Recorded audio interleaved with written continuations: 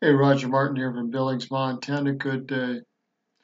This is so important I thought I would make a video of it and make some really important comments here. But I appreciate this video sent by a friend, and it's so important to understand what fundamentally is going on here. This is about, it's had 3.3 million views, and it is from, I'll get you the source here in a moment. We'll click on the source. But let's make some comments with this gal because she's right on. Now, RM Uncensored, so it's by.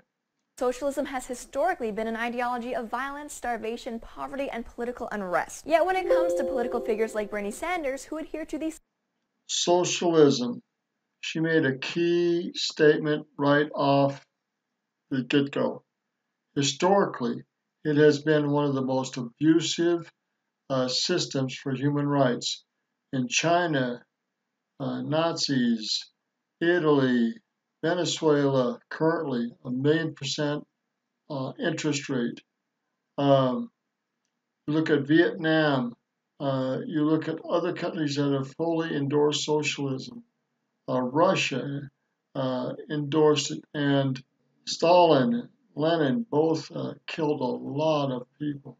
Historically, it is one of the most sickening dictatorship policies ever created by man.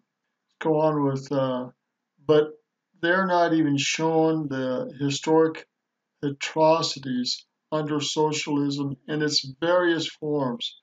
And we are getting a form of socialism into our current Democratic Party.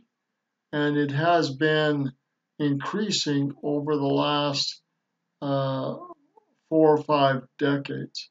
same political philosophy and who at the end of the day value the same principles for government, today's youth seem to interpret his policies as policies of love and compassion, of equality and justice. So where's This equates to a big disconnect, and she's going to talk about it a little bit, but I want to talk to a greater disconnect, not only ignorance education-wise, but ignorance in the fundamental principles of socialism. Communism is a form of it. Nazi Party was a form of it. Stalin and Lenin had their form of it. Mao had their form of it. But it is a form of dictatorship which is totally, things can be totally controlled by the government. the disconnect? Why are millennials on average so supportive of a philosophy and of policies that have a track record of so many human rights abuses? Well, number one, I think there is a gap in education and historical awareness going on. Studies and polls have shown that millennials aren't aware of socialism's history, the number of people that have died under it, the atrocities leaders have committed in its name, and frankly, they aren't even aware of what socialism really means as a philosophy or how it looks when implemented in government. Now, she hit on so many key points in this last part. And this again is by CRTV, Liberty's Voice. But let's break some of these last things down. They aren't even aware of what socialism really means when it is implemented in government. You lose your rights. Our human rights are lost, constitutional rights are lost, many liberties are lost under socialism, and the federal or the governmental controls have supreme reign under socialism, and the states and the people have very little authority under socialism, which means they don't have this understanding, and neither do they not understand it, they don't appreciate it. So what they're asking for is a destructive force that would demand their freedoms and rights not be lost, but through a dictatorship form of government in a socialistic voice and power. The individual state has, the individual rights are the least authoritative. The state and the federal government have the most authority. And the states are controlled by the federal government or the national government, and they do the will of the national government. This is clearly shown in historical movies and documents in many ways, but we as a people are not educating the youth on this. And we really stopped doing this after the Second World War, and even we increased the ignorance after the First World War. So millenniums aren't the only ones that are ignorant of these atrocities. But it is a scary idea to think that they would support Bernie Sanders when it means that they would lose their personal liberties so much, and the state and the national governments would take those liberties over.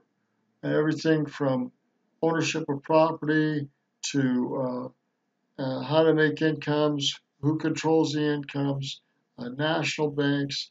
We're just about there in several areas. One of the worst areas of socialistic control is through the federal or governmental monetary controls.